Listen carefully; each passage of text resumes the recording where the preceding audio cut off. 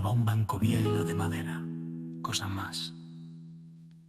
Un banco quasi amagato en la glorieta d'un parque, una fontaneta en medio.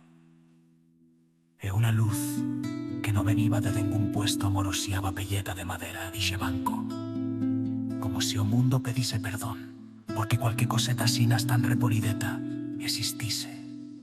No calerva ferné de ningún poema, ni remugar más este secreto, ni siquiera huellarlo guaire. No más remaneras ti sin querer replecar o porqué de tanta paz. Millor que o corazón se torne leu como alas de paixaret, millor asentarse no banco en espírito con qui uno aima en o fundo.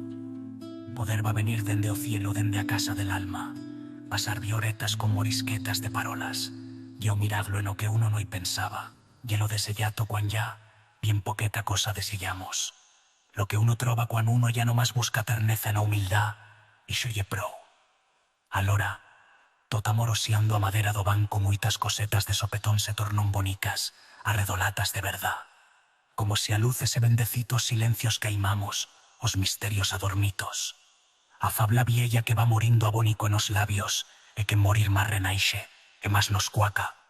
Uxos puestos oblidatos altos, muito altos, en a casa da vida, una falsa última de nineza, do alienta Dios, con poesía.